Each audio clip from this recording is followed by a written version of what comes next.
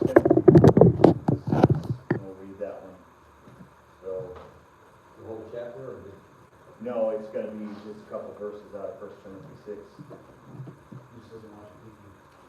Proverbs 21:5 and 1 Corinthians 4:2. So we'll get those knocked out pretty quickly here. 1 Corinthians 4:2 says, "Moreover, it is required in stewards that a man be found faithful." I've used this verse in teaching on finances. The steward is somebody who takes care of something. I think, don't you have some kind of thing with land? You're working with a farm. It's not your land, It's not mine, but I'm taking care of it. but you take care of it, and you're stewarding someone else's property. Right. So that's what a steward is, a manager, all right? Brother Mike, hopefully he goes back to Discount Tire, and it's the Lord's will. He's a manager. He doesn't own the store. He doesn't own the tires, but he manages. He's a steward. And then some of you, that's what you do in your job. You're a manager or something of that nature, where you're stewarding something that's not yours. Proverbs 21:5 says, "The thoughts of the diligent tend only to plenteousness, but to everyone that is hasty only to want." All right? So that verse holds really more value and information than even 1 Corinthians 4:2. Because Proverbs 21:5 says, diligence equals richness, and hastiness equals poverty. So, for instance, when we went to Portugal, we spent about $300 out of our own money. Now, we could have, I'm out of camera view. We could have spent $4,000 on that trip. Are you listening? In fact, that's what we did spend. That trip cost us $4,000. But out of pocket, it cost me $300. And all I had to do was be diligent. I didn't even save money. All I did was max out the credit card points for every card. And it wasn't magic. I didn't jump through 10,000 hoops. I opened the card, I did what it said, and then I kept those points on that card. I didn't move them around and do all this circus act. And then I got another card, did the same thing. And then when it was time to buy tickets, I used this card. When it was time to buy hotels, I used them this card. And we did that. So when we went to Europe, what did we spend out of our pockets? Almost nothing. $300, $400 is all we spent. Is it because I'm smart? Is it because super intelligence is in his? No. No, it's because, number one, I'm too poor to go to Europe. So that motivated me to figure out a way to make this girl's dream come true. All right? So we just had to be diligent for about a year and a half. That's all. We didn't have to break our necks. We spent the same money we would have spent otherwise. That's the diligence. Sometimes diligence, not sometimes, pretty much every time diligence pays off. Now let's look at 1 Timothy 6.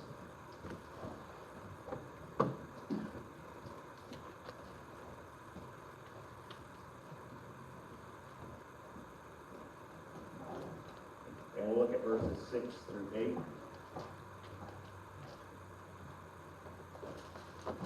And we'll get to our budget here.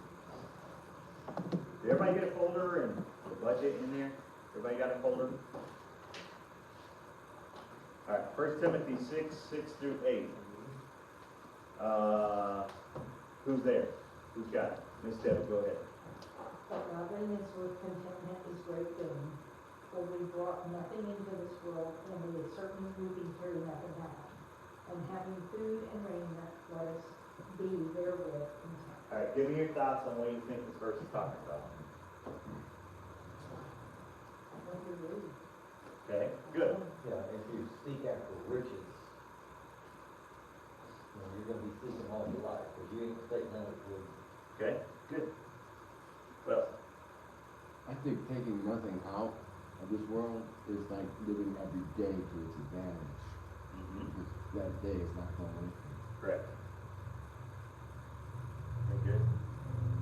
I don't know much about here, but it's literally saying, kind of like, you know, how Jesus said, I know you need food, I know you need drink, I know you need a house, I know you need the things to live to survive, right? But he also said something about it's easier for a camel to go through the eye of a needle than a rich man, because all of this thing that we got in the world is away from the big picture. Okay, so let's take the same verse. Let's say tomorrow you just found out you're inheriting $500,000. Okay? Tomorrow. Now let's take the same verse and let's apply it to our situation.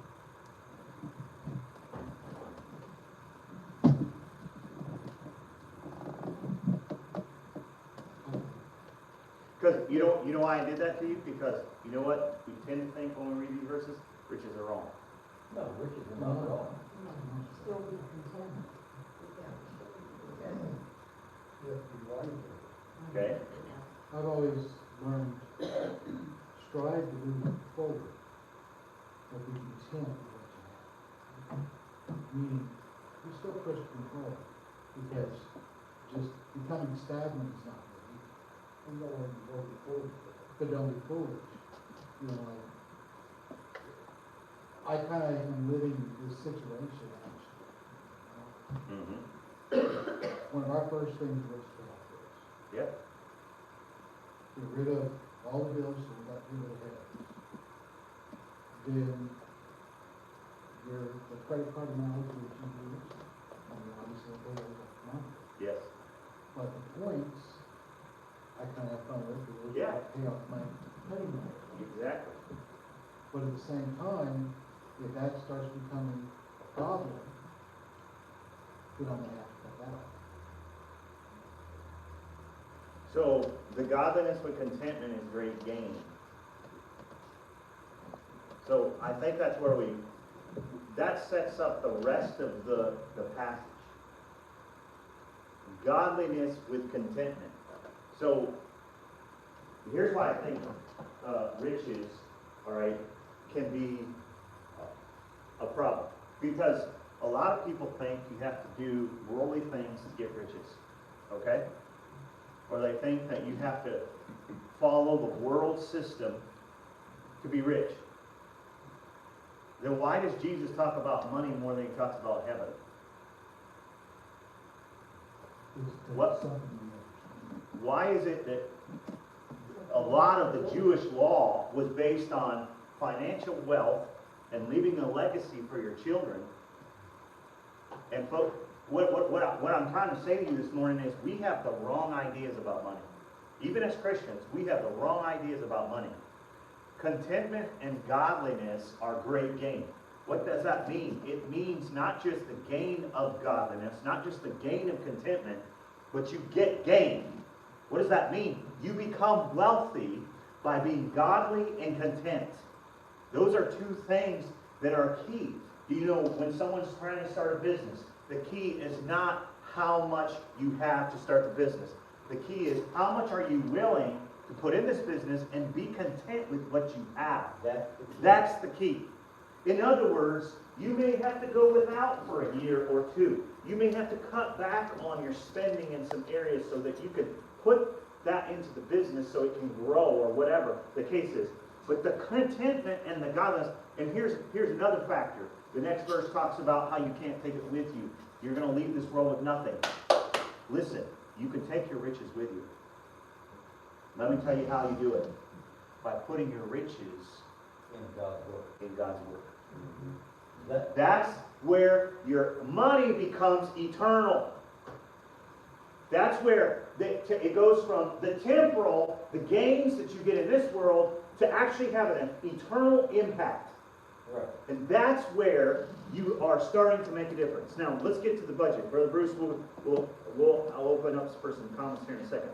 I think that most people have an idea what a budget is, basic form, but few people understand how to use it and what its real purpose is. So a budget is not some random numbers you put on a sheet. Let me tell you something, a lot of people operate that way. They have no idea what their actual bills are. And they're not looking at them. They're just kind of functioning, hoping that they can pay off their monthly bills, not really knowing the numbers very well. You should have most of your budget numbers, like what is spent that's pretty consistent. You should be almost everyone in this room should be able to tell me, how much am I spending on rent? How much am I spending on my mortgage? How much am I spending on my electric bill? How much do I spend on my water every month? How much do I spend on my internet? How much do I spend on whatever? Most of the budget that you're seeing from your sheet, and you can see it from here too. You should be able to, from memory, recite those things. And you say, why would I know that? Because it's important for you to know so you can actually save money. You won't know how to save money unless you know what your budget is. Your budget is only good as it is accurate, okay? Now, I know that might sound silly, but it's true. Because your accuracy of your budget is the key. Do you know how I've determined everyone's salaries that's come on here? From Jennifer, Wesley, and even to Connor when he came on part-time when we were having him as an intern. We determined how to pay everybody based on their budget. So when Kim and Wesley came on, it was based on their budget. When Jennifer came on, it was based on her budget. When Connor came on, who worked for us for part-time, it was budget. I asked him, what are your bills every month? I asked Wesley, what are your bills every month? We sat down and figured it out. I knew their budget, and I knew what they needed to survive, and to make it without working an extra job or being uncomfortable. And I don't think anybody working here should be uncomfortable. I think that's foolish. Why would you do that to somebody? So here are some important things. With your budget, this is something I've learned. Slightly overestimate all your numbers. For instance, let's say your phone bill's $120. Go ahead and make it $150. Why? Because one month you might go over. It's easier for you to be under budget if you actually overestimate. All right? Plus things go up. Like now, I just got like 6 bills in the mail saying, oh, this is going to increase. This is going to increase. I'm like, what in the world? I worked like 4 months last year. Not all 4 months, obviously not all the time. But like 4 consistent months to get my bills down and get them manageable. And almost every single one of those is now going to go up again. I'm like, did I just waste my time? I'm kind of questioning whether I did or not. Let's say you spent $280 on gas last month. Go ahead and round it up to $300. Or maybe you know that your gas really goes sometimes, so go ahead and go on up to $350. Here's the real power of your budget. Try not to go over any of the categories. That's the power of your budget. I'm going to show you why it's powerful. You might think that at first it's like creating a prison for yourself. But here's a better way to think of it. It's like building a fence to protect your money. A good budget helps protect your money. For instance, Bruce and Debbie, they're looking at retirement. They need to figure out, you know why people struggle to retire? Because they don't know their budget and because they don't know what they're going to spend. What you should do in retirement is not spend what you're spending during your working years. No one should live that way. That's foolish. Okay, so let's say during your working years, you're able to spend $7,000 a month without a wink. When you're retired, you should be down to 4 or 5. Correct. And you should get there. Because the more you can get there, the more power you have. And by the way, you spending the $7,000 a month because you're hoping to pay off your mortgage so you can live at that $4,000 or $5,000 a month. You with me? So that's the key. That's the key. The budget is the key. The budget is the key to get you where you need to go. All right? You might think at first you're just creating this, but it's not that way. You're not in a prison. You are protecting, you're building this fence to protect your money. Most people get in trouble with their finances. Why? Because they're spending too much in areas they're totally unaware of. Now there's like subscribe. Now you even see them now on TV with commercials. Sign up for this free app and it'll help identify all the subscriptions you don't need. And I'm like, holy smokes, those are holes, buddy. all these subscriptions, and like once a month, or once every 4 months, or 3 months, you get this order in, and you ordered it a year ago thinking it was gonna be useful, now you don't even use it, and it shows up to your door, and you're like, whoops, you just wasted money. You don't need it anymore. It's useless. Get rid of it. I've got this one I've been trying to cancel, and it's been a devil to cancel.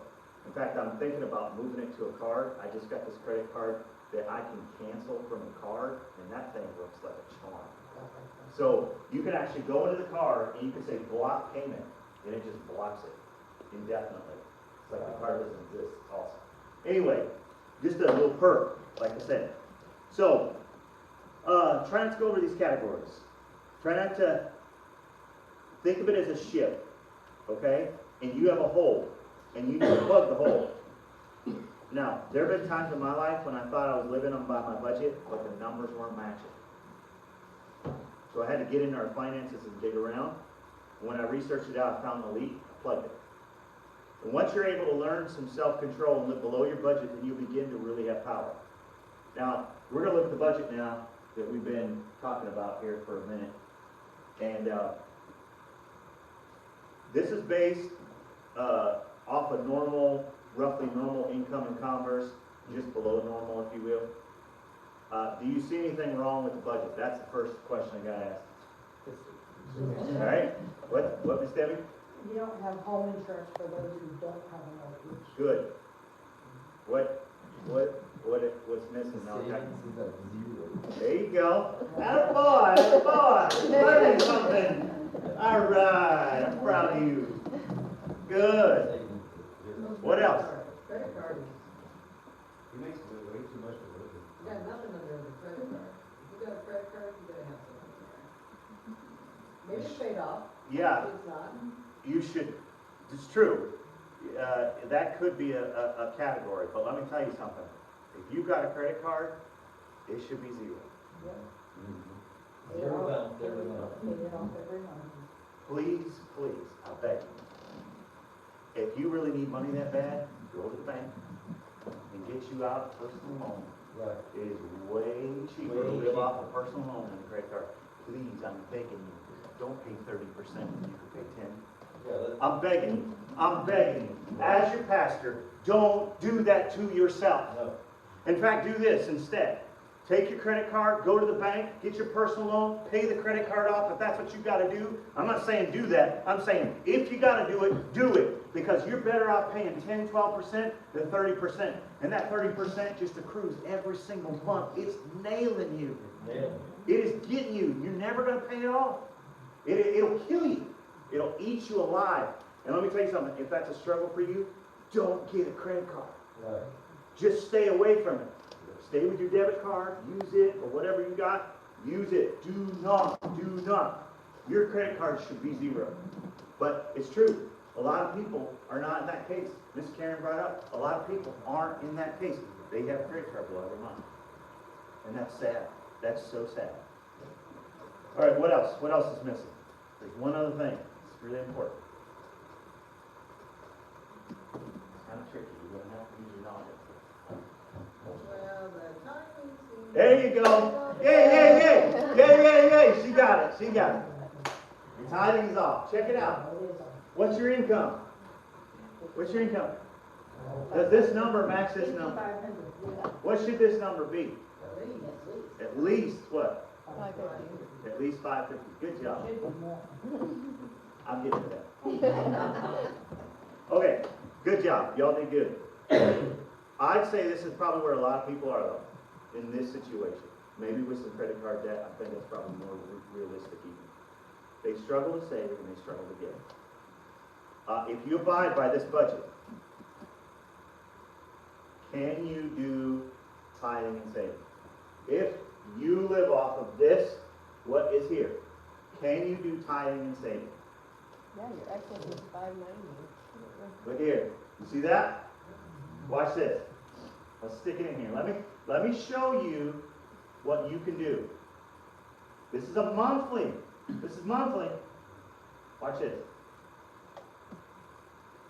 You got 72 left over at the end of the month. Okay? You're putting 400 a month in savings. You just seized the power. Yes, ma'am. My mom always taught me that you treat your savings as a bill, Yes. pay it every month. People don't put their savings in their budget. People don't put their tithes in their budget. And then they wonder why they're suffering.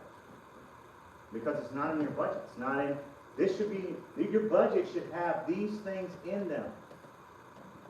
Because if you don't put the things that you use money for, you're gonna have all kind of problems. It won't be accurate. I've sat down with people in this church who come to me and said, hey, Pastor, we're struggling financially.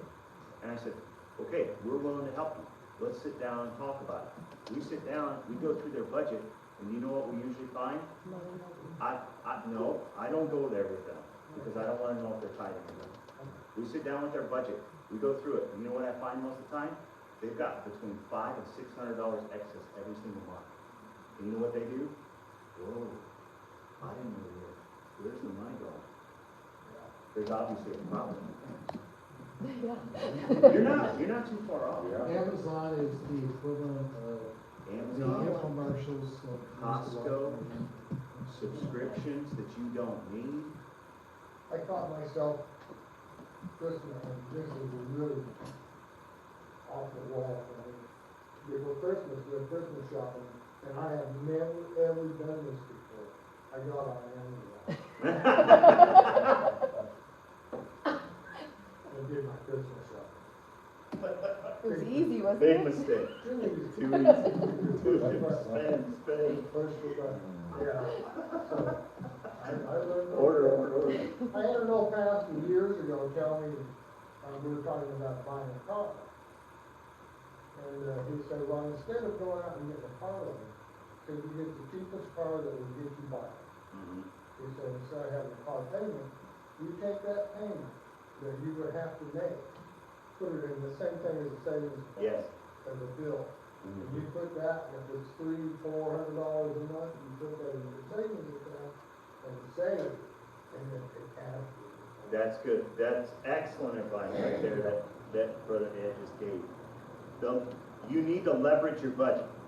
So when you really begin to live by your budget, you sacrifice some comfort now for enormous comfort and freedom later when you need it.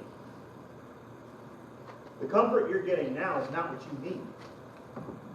It's just what you want. But when you need it later and you're struggling, you're in trouble, and you've got a bill, you've got an emergency, and you don't have it, you're going to be very uncomfortable. So let me give you an example of this. Right now, pretend this is your budget right here, okay? All right. Instead of giving,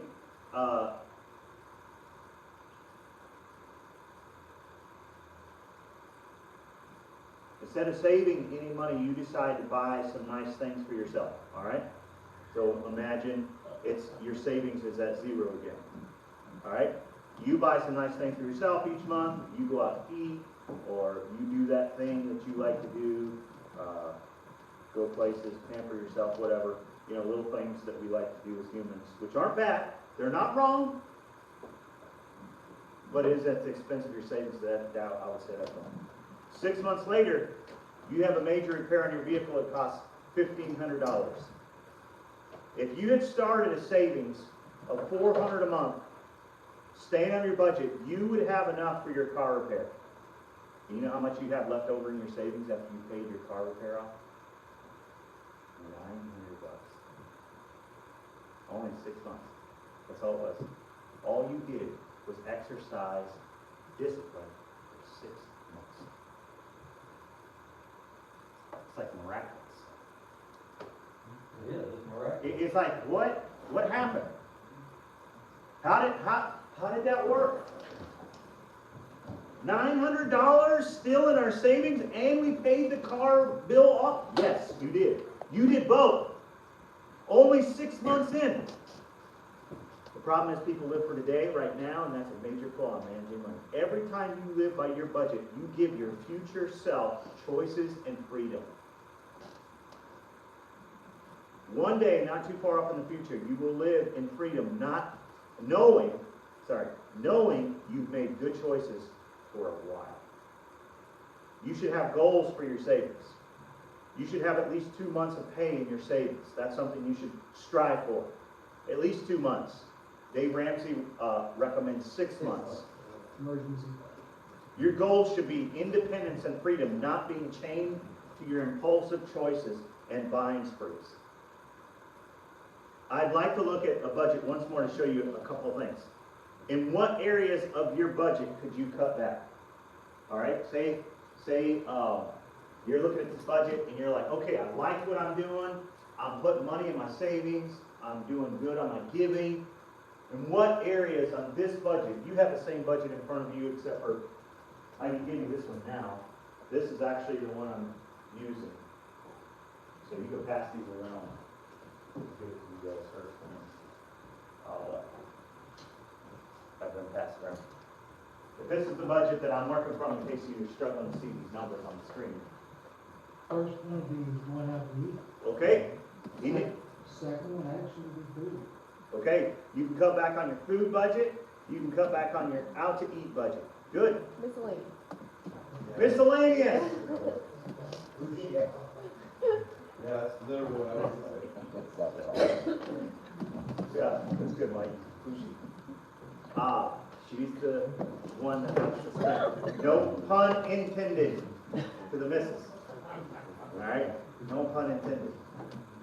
Because it could be the miss, whatever you are, okay? Whatever your little hobby is, whatever you like to do, okay? Out to eat, miscellaneous, what else? What else can you cut back on? I mean, if you're really in a bind, internet. Good girl. So miscellaneous. Good girl. That's a smart, why is that a smart move? Because if you got internet, you're tempted to spend. True, but why is that smart? Because you can do internet from your phone. Atta girl, atta girl, way to go, way to go, way to go. You just thought outside the box. However, You know what? if you're in business for This- yourself, But if you have good, listen, then it's like, yes, true, but I will tell you this too. Let's say you're in business for yourself and you're really dependent upon yourself, okay? You live in a city, most likely you are. You upgrade this little guy, okay? And you get the best plan. And you've got internet speed faster than your home. In fact, we got the lowest plan with Verizon right now. My Verizon works better than my Wi-Fi in my home. Most of the time, I'm using cell phone internet in my house because my Wi-Fi stinks. I use another word, but we're recording. It's awful. I'm legitimately thinking about just getting rid of it because it's so awful. And I am spending that $100 a month on that. So you can absolutely, that's a smart move. That's so smart.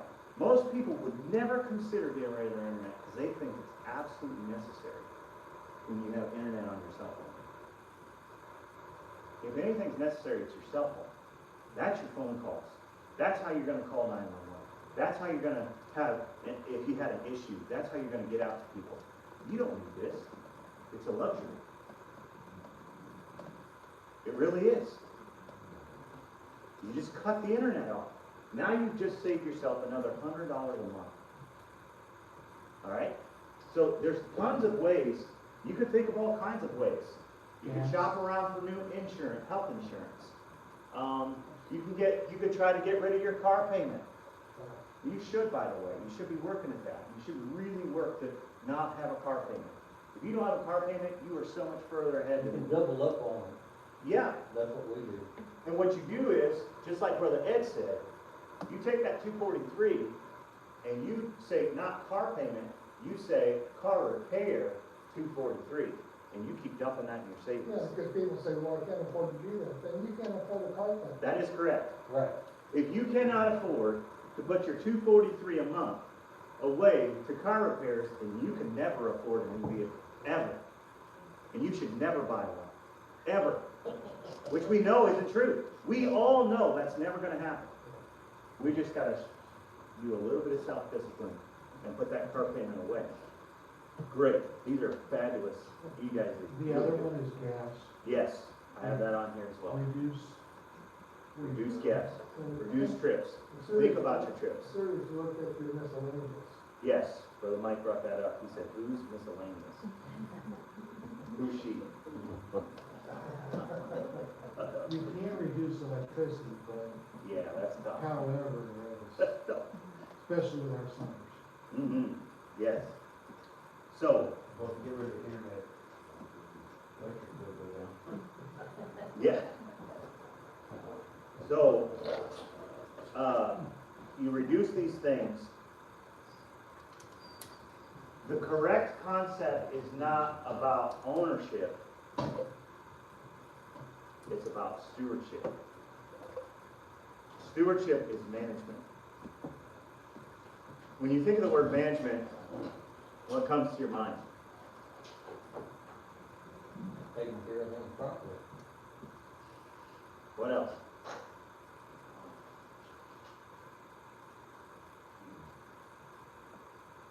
Let me ask you this. How do you feel about management? When you talk about management, what kind of feelings does it invoke?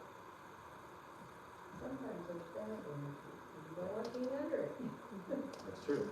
I think power. Okay, power. What else?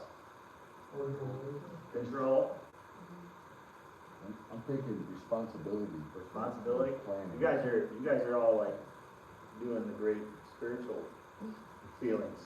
Let me give you what I think most of the time when I think about management. Boring. Time consuming. So, yeah, it's time consuming. It's boring. It's so boring. Did you know that if you keep doing boring things for a while, you get to do some really exciting things later? So if you do the boring things with your money, you do the boring things. What's boring? Budget. I mean, who wants to talk about a budget? That's so boring. Good grief. Bore me to tears. Talk about a budget. A lot of Christians have the wrong idea about money. They think money's evil, or they think wealth only can be gotten by doing something nasty or mean to other people. They think that wealthy people are inherently evil people. Yet the Bible's full of wealthy people. Some of the most wealthy people of all time were called to do something for God in the Bible. People like Abraham, Isaac, David, Solomon. The wealthiest man that ever lived, Job. Wealth does not have to be greedy. Proverbs 10:22 says, this is a great verse, by the way. The blessing of the Lord, it maketh rich, and he addeth no sorrow with it. Somebody was just telling me recently, they were like, if we talk about money all the time, we get greedy. Somebody was telling me that recently. And I said, yes, if it's wrong, if you're only seeking money and wealth, yes, that's wrong. But the Bible says, the blessing of the Lord, it maketh rich. And you know what he does? He addeth no sorrow with it. So here's what comes. When you are doing money, and you're managing your money, and you're trying to gain money, God says, if you do it my way, I will make you rich, and then I'll add no sorrow with it. In other words, the sorrow will not come with your wealth. You know what most people are sorry for when they get really wealthy? The sorrow. The sorrow that comes with big money, with money problems. Yes. But the Bible says, the blessing of the Lord, it maketh rich, and he doesn't add a sorrow with it. There's no sorrow that comes with God's blessings. It maketh rich. If you build wealth through godly means, it will add no sorrow to your life. But the opposite is true if you decide to do wicked things for wealth. It may not be awful, but it might be underhanded. Or you might have to lie a little to get the wealth. Or maybe it looks a little shady. Then I'd stay away from it.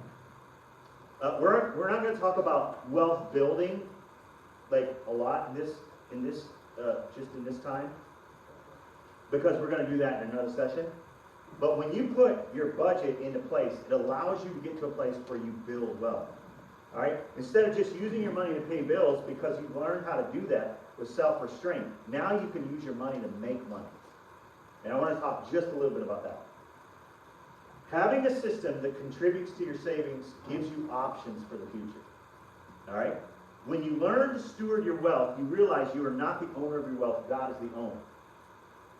And as you steward your money well, God will bless you with more.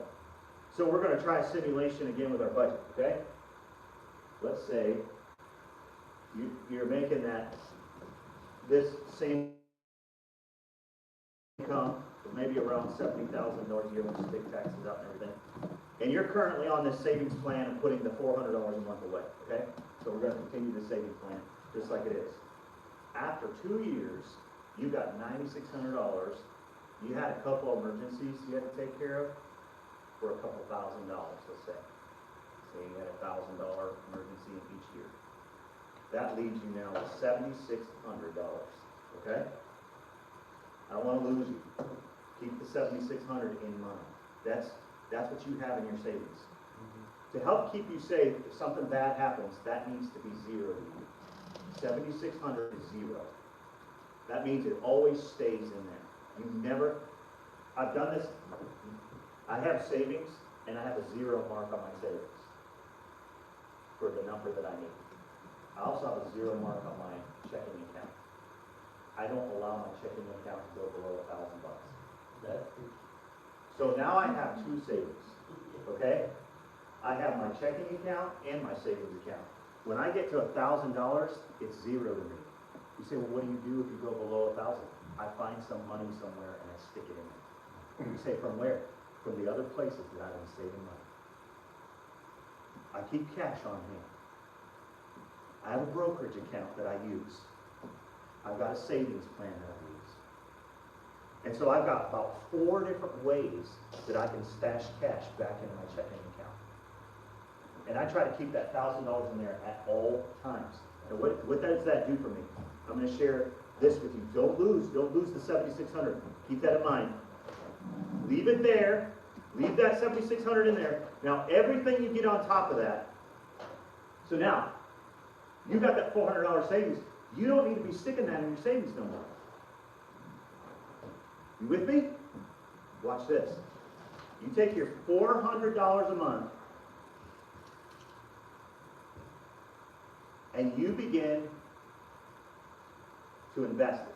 Well, maybe you're saying, hey, listen, you take that $400 a month and you say, you know what?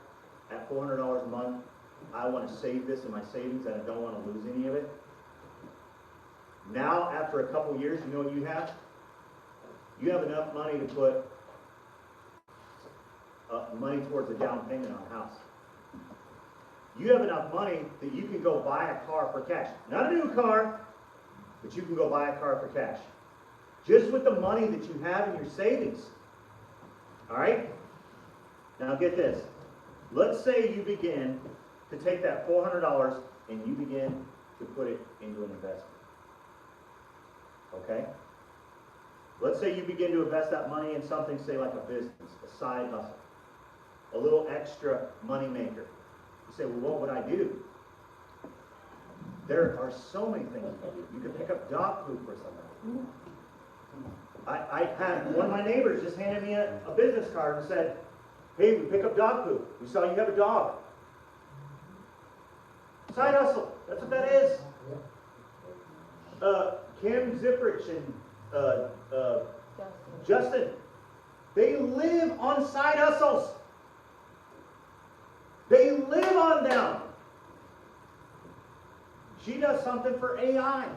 She checks AI. She gets paid to type in searches and then corrects AI. Justin does writing and he works for a company and answers phones from his office. He writes articles, does other things. Talk to Jonathan Hawkins if you want to know a good side hustle. He's got 1,000 ideas on side hustles. Brother Bruce has got so many. Brother Bruce is right up there with Brother Jonathan. Talk to these people. Okay, now, side hustle aside. Let's say now your money begins to give you back 7% a year. You make an extra $336 a year off your money the first year. Pastor, that ain't a whole lot of money. You are correct. You had to do all that savings, and your interest wasn't even 1 month of savings. That seems pathetic. What a waste of time. Let me show you what a waste of time that is. By year 5 of constantly doing this, how's the numbers come out? If you start off with $4,800, right? Because that's what you could have after a year of savings. You start off with the $4,800 and you invest it for 5 years, adding the $400 a month. You keep that $7,600 in your savings, and you just stick your $400 a month in your investment. Watch this. After 5 years of adding only a $400 a month, you end up with $51,000. Now tell me it's a waste of time. Now tell me about how $336 sounds really ridiculous. 336 turned into 51,000? Correct! Yeah.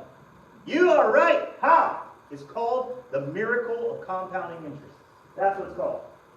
Now you had to stick your $400 a month in there. You're doing that anyway. You're doing that anyway. Now it's just making money for you. Watch this. Now you still have your $7,600 plus your $51,000. Now you can really put that down payment down. Now imagine your car's paid off, and you start sticking that money into your savings as well. Watch this. You could possibly bump up your monthly investing to $500 a month. Let's see how much that changes. You only added $100 a month. You went from $400 to $500. $100 a month. What difference does that make over 5 years? At the end of the 5-year period, starting with the same numbers, you have $62,000.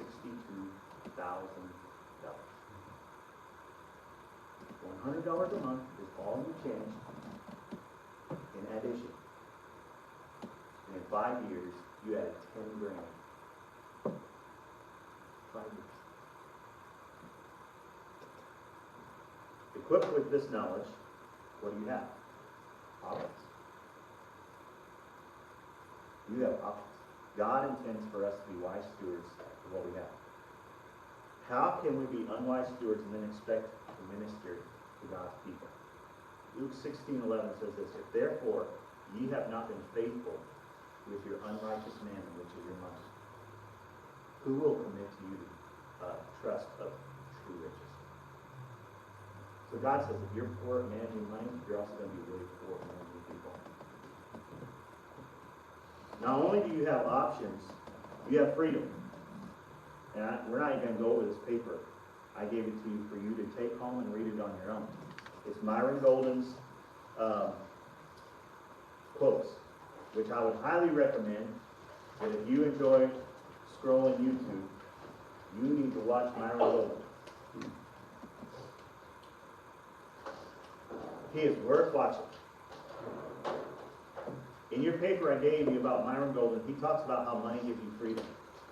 Money is a tool, not a toy. Correct. And I could tell people when I'm driving out on the road or driving by people's houses who thinks money is a tool and who thinks money is a toy.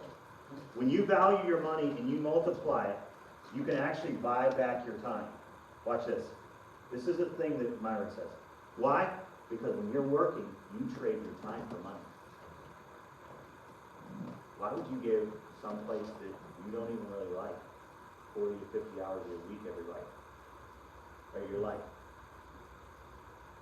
Every single week you give them 40 to 50 hours.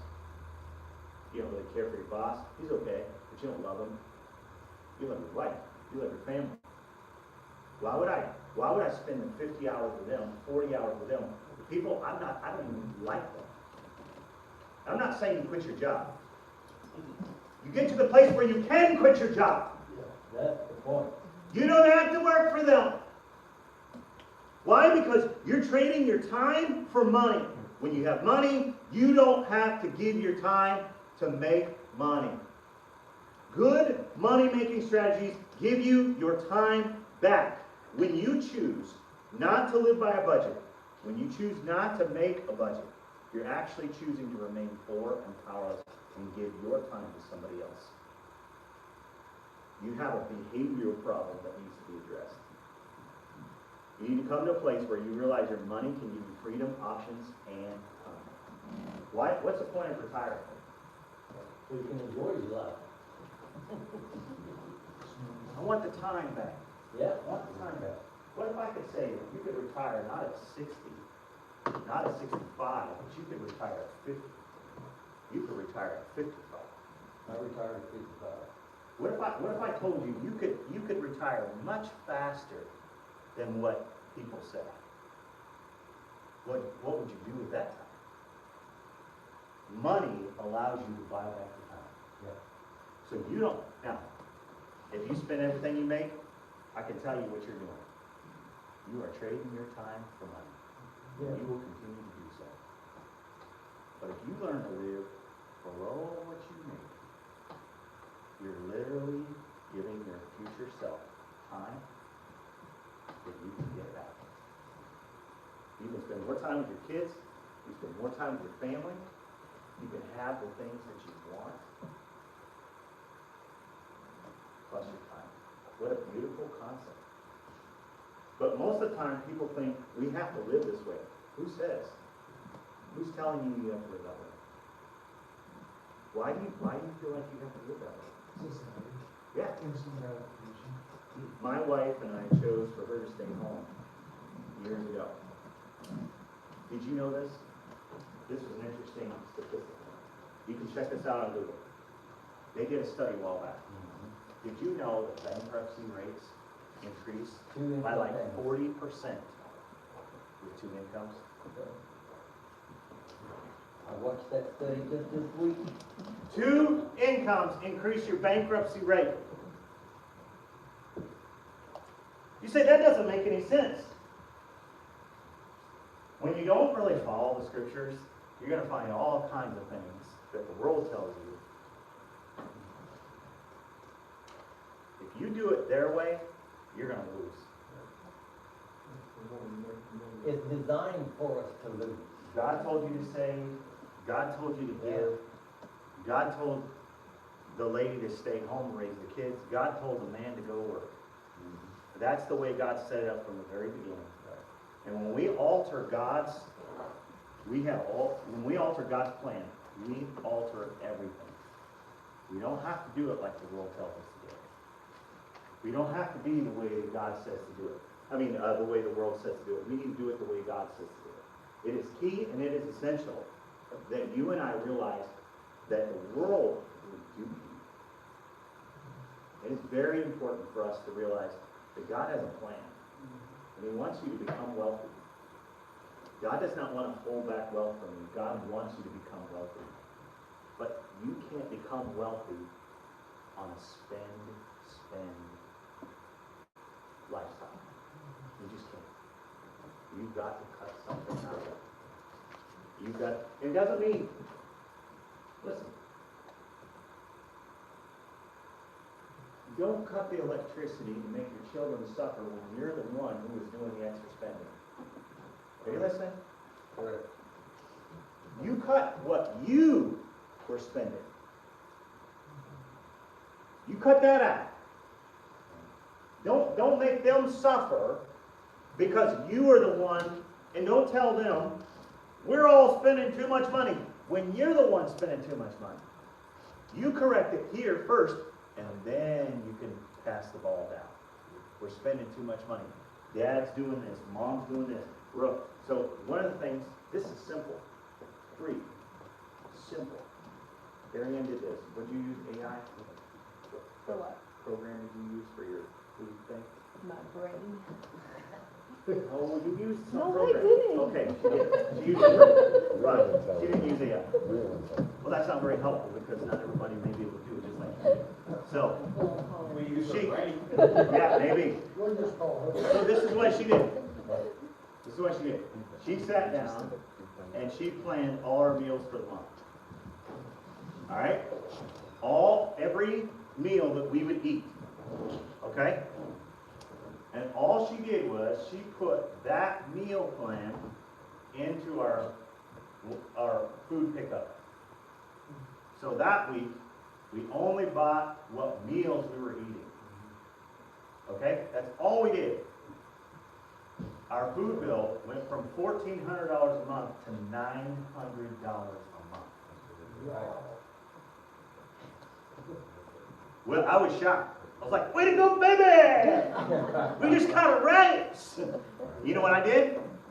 I threw the money in the savings. Shoveled it over there, buddy. And, you know, we could probably cut this out. You can go ahead and stop it because people aren't here, won't get this tip. Okay? Yeah, so see y'all later.